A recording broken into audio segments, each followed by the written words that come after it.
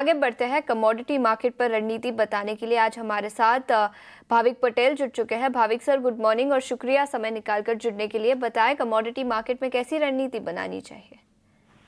Good morning. देखिए, कल जो प्राइवेट नॉन फार्म पेरोल के डेटा है वो थोड़े वीक आए हैं, जिसकी वजह से गोल्ड और सिल्वर दोनों में इवनिंग सेशन में हमने तेजी देखने को मिली। एक्सपेक्टेड है कि वो दोनों कंटिन्यू हो सकती है, जहां पे सोना 77,400 के करीब बाय कर सकते हैं 78,000 के टारगेट के लिए, और चांदी 90,300 के करीब बाय कर सकते हैं 91,300 के टारगेट के लिए। कच्चे तेल की बात करें तो कच्चे तेल आई थिंक अभी ओवरबॉट हो चुका है, यहाँ से थोड़ी बिकवाली और दिख सकती है। तो कच्चे तेल में बिकवाली की राय होगी 60 to 60 के टारगेट के लिए, 6350 के करीब।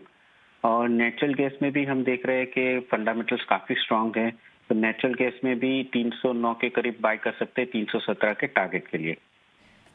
ये रणनीति कमोडिटी मार्केट पर। भाविक सर, बहुत बहुत शुक्रिया कहाँ पर निकल कर आई है वो बताने के लिए। अब रविंदर हमारे साथ जुड़ चुके हैं। Ravinder, good morning. कहाँ पर है ब्रोकरेज रिपोर्ट्स और हमें नजर कहाँ पर रखनी चाहिए? जी आशीषा, तो सबसे पहले हम शुरुआत करते हैं बजाज ऑटो से, जहां पर CLAC की नोट आई है और उन्होंने जो है अपग्रेड किया स्टॉक को ओवरवेट, और टारगेट प्राइस जो है 9493 का रखा है। उनका कहना है कि जो स्टॉक करेक्शन है और जो इंप्रूवमेंट देखने को मिल रहा है इलेक्ट्रिक ट्रू व्हीलर सेगमेंट में, वो एक पॉजिटिव है बजाज ऑटो के लिए। उनका कहना है कि जो कंपनी ने स्केलिंग ऑफ ऑपरेशन के बावजूद 20% का मार्जिन मेंटेन किया है, और लॉन्ग टर्म प्रीमियम वैल्यूएशन जो है वो एक्सपेक्टेड है ओवर हिस्टोरिकल एवरेज। और कंपनी जो है फोकस कर रही है जो 100cc बायर्स है उसको 125cc जो मॉडल है उस पर शिफ्ट करने का। अगला जो स्टॉक है स्विगी, जहां पर बर्नस्टीन ने अपनी कवरेज इनिशिएट की है स्विगी पर आउट परफॉर्म रेटिंग के साथ, और टारगेट प्राइस 635 का रखा है। उनका कहना है कि जो इंडिया का कन्वीनियंस इकोनॉमी है, स्विगी इसमें एक की प्लेयर है, और जो शिफ्ट है सुपर फास्ट डिलीवरी मॉडल्स में उससे कंपनी को बेनिफिट मिल सकता है, और जो ड्यूओपोली है मार्केट में उससे भी कंपनी को जो है कंटिन्यूस बेनिफिट देखने को मिल सकता है। बर्नस्टीन का कहना है कि जो food delivery gross order value है वो 21% से ग्रो हो सकती है ओवर FY25 से 27 के बीच में। अगला जो स्टॉक है रिलायंस इंडस्ट्री, जहां पर मॉर्गन स्टैनली की नोट आ रही है, और उन्होंने जो है ओवरवेट रेटिंग को मेंटेन रखा है और टारगेट प्राइस 1662 का रखा है। उनका कहना है कि रिलायंस का जो वैल्यूएशन है वो एट्रैक्टिव है, और जो रिफाइनिंग बिजनेस जो कि की प्रॉफिट ड्राइवर है उसमें इंप्रूवमेंट देखने को मिल रहा है ग्लोबल कैपेसिटी ट्रेंड्स के चलते। और जो रिटेल सेगमेंट है उसका जो प्रॉफिटेबिलिटी है उसमें भी इंप्रूवमेंट देखने को मिल सकता है बाय FY26। और उनका कहना है कि जो under appreciated new energy business है उसकी प्रॉफिटेबिलिटी में भी बूस्ट देखने को मिल सकता है बाय 2025। अगला जो स्टॉक है मन्नपुरम फाइनेंस, जहां पर दो ब्रोकरेज नोट आ रही है। तो सबसे पहले मॉर्गन स्टैनली की बात करते हैं, जहां पर उन्होंने मेंटेन रखा है इक्वल वेट रेटिंग और टारगेट प्राइस 175 का रखा है। RBI ने जो है मन्नपुरम फाइनेंस की जो सब्सिडरी है आशीर्वाद माइक्रो फाइनेंस, उसमें जो बैन लगाया था उसको हटा दिया है, और जो प्रीवियस रिस्ट्रिक्शन था उसके चलते कंपनीज़ को जो है लोन सैंक्शन और डिसबर्समेंट में जो है उसमें इम्पैक्ट देखने को मिला था।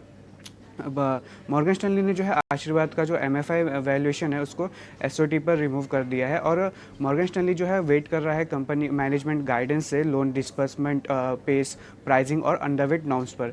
इसी के साथ साथ बोफा की भी नोट आ रही है मन्नपुरम फाइनेंस पर, जहाँ पर उन्होंने बाय रेटिंग को मेंटेन रखा है और टारगेट प्राइस 235 का रखा है।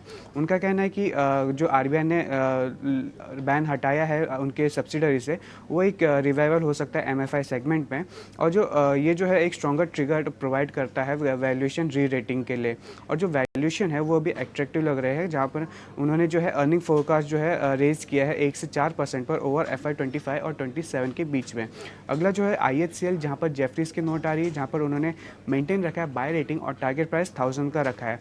उनका कहना है कि जो सिक्लिकल बिजनेस सपोर्ट है वो प्रीमियम वैल्यूएशन है जो सिक्लिकल बिजनेस को सपोर्ट कर रहा है, और जेफरीज का मानना है कि डबल डिजिट ग्रोथ देखने को मिल सकती है कंपनी के एबिटा और पैट में ओवर मिड टर्म।